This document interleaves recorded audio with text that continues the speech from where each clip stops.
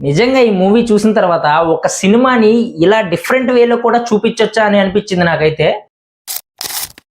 ఈ మూవీలో పోలీసులను అయితే నిజంగా ఎర్రి పుష్పాలను చేశాడని అయితే అనిపించింది అనమాట. నిజంగా అది ఒక పాయింట్ అయితే నాకు మైనస్ అనిపించింది. ఏంటనేది మొత్తం డీటెయిల్గా రివ్యూలో అయితే మాట్లాడుకుందాం. Hi, welcome back to my channel. ఈ రోజు అయితే తమిళ నుంచి తెలుగులోకి డబ్ అయిన మూవీ స్టీఫెన్ మూవీ ఎలా ఉందో ఒకసారి అయితే చూసేద్దాం అనమాట. ఈ రివ్యూలోకి వెళ్ళే ముందు అయితే ముందుగా మన ఛానల్ అయితే సబ్స్క్రైబ్ చేసుకోండి. కొత్తగా ఎవరు చూస్తున్నారో వాళ్ళు కూడా మనల్ని సపోర్ట్ చేయండి. మన సబ్స్క్రైబర్ కౌంట్ అయితే చాలా నెమ్మదిగా నడుస్తుంది అనమాట. మీరు కొంచెం సపోర్ట్ చేస్తే, మాలాంటి వాళ్ళకైతే కొంచెం సపోర్ట్ చేస్తే ఆ సబ్స్క్రైబ్ కౌంట్ కొంచెం స్పీడ్గా అనేది పెరుగుతుంది అనమాట. ఇక ల్యాగ్ లేకుండా రివ్యూలోకి వెళ్ళిపోయినట్టయితే ఈ మూవీ అయితే స్టార్ట్ అవడమే కొంచెం ఇంట్రెస్టింగ్ గానే స్టార్ట్ అవుద్ది. కానీ ఒక 10-15 మినిట్స్ మాత్రం కొంచెం అసలు నిజంగా ఈ మూవీ చూడాలా అవసరం లేదా అని అనిపిస్తుంది అనమాట. కానీ అక్కడి నుంచి అయితే చాలా స్పీడ్గా ఉంటుంది అనమాట. అంటే స్పీడ్గా అంటే ఇంట్రెస్టింగ్ కలిగిస్తుంది, మనలో ఏమవుతుందా నెక్స్ట్ అని చెప్పి. అసలు ఈ మూవీ స్టోరీ ఏంటంటే, ఒక సైకో గడ్ అయితే ఉంటాడనమాట. ఆడు 9 మంది అమ్మాయిలను అయితే చంపేస్తాడు. అయితే పోలీసులు మనోడు గురించి అయితే వెతుకుతూ ఉంటారు. కానీ మనోడు మాత్రం అందరికి షాక్ ఇస్తూ వెళ్ళి అయితే పోలీస్ స్టేషన్లో అయితే లొంగిపోతాడు అనమాట.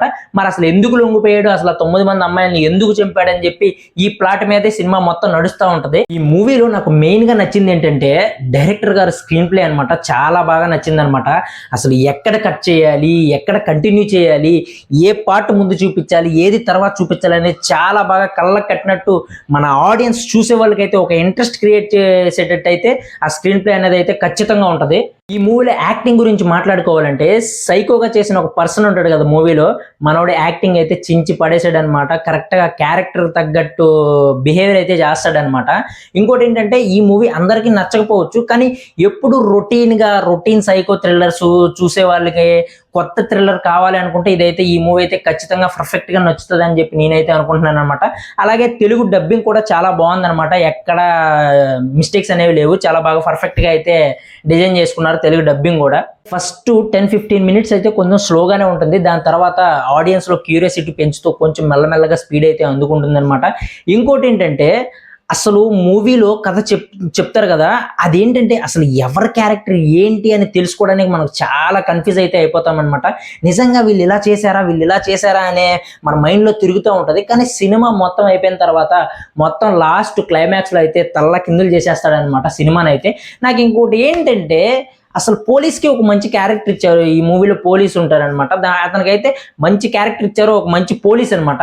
కానీ తను కూడా ఇలాంటి ఈ సైకో థ్రిల్లర్ గాడిది, అదే ఈ సైకో గాడిది అసలు వాడి డీటెయిల్స్ ఏంటి, బ్యాక్గ్రౌండ్ ఏంటి, అసలు ఆడి మోటివ్ ఏంటి అనేది కరెక్ట్గా ఎగ్జాక్ట్గా అనేది పట్టుకోలేరు అనమాట. ఆఖరికి ఏది అంటే నేను చెప్పాను కదా, రొటీన్గా కాకుండా కొంచెం కొత్తగా అయితే తీశారనమాట.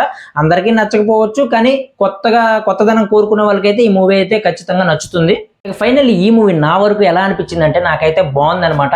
ఖచ్చితంగా ఒకసారి అయితే చూడాల్సిన మూవీ. కొంచెం కొత్తగా ఉంటుంది. అన్ని మూవీస్ ట్రై చేస్తాం కదా, ఇది కూడా ఒకసారి ట్రై చేస్తే పోయేది ఏం లేదు. ఒక కొత్త డిఫరెంట్ అనిపిస్తుంది అనమాట ఈ స్టోరీ అయితే. ఈ మూవీకి నా పర్సనల్ రేటింగ్ వచ్చి అవుట్ ఆఫ్ 5కి 2.75 అనమాట.